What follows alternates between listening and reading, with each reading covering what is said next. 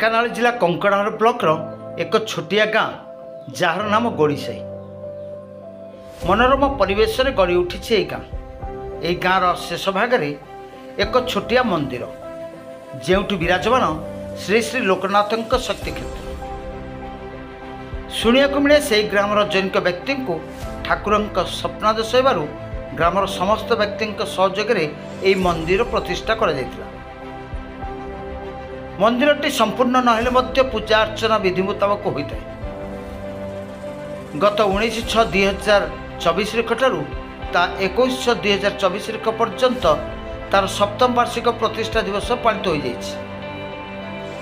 5 जन पुरोहित पौरोहित यज्ञ होता। प्रत्येक दिन सूर्य पूजा गो पूजा होम यज्ञ होगा सहित आनंद बजार व्यवस्था होता। ग्रामर समस्त व्यक्ति तथा माँ मौसी सहयोग में यह सप्तम वार्षिक यज्ञ कार्यक्रम अति शांतिपूर्ण भाव होता।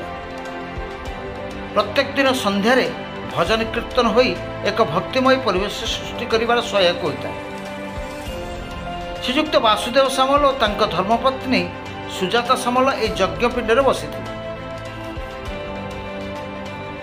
आगामी दिन में किपरि यह मंदिर संपूर्ण हो आम चैनल माध्यम ग्रामवासी माने सहयोगर हाथ बढ़ाई कामना कर।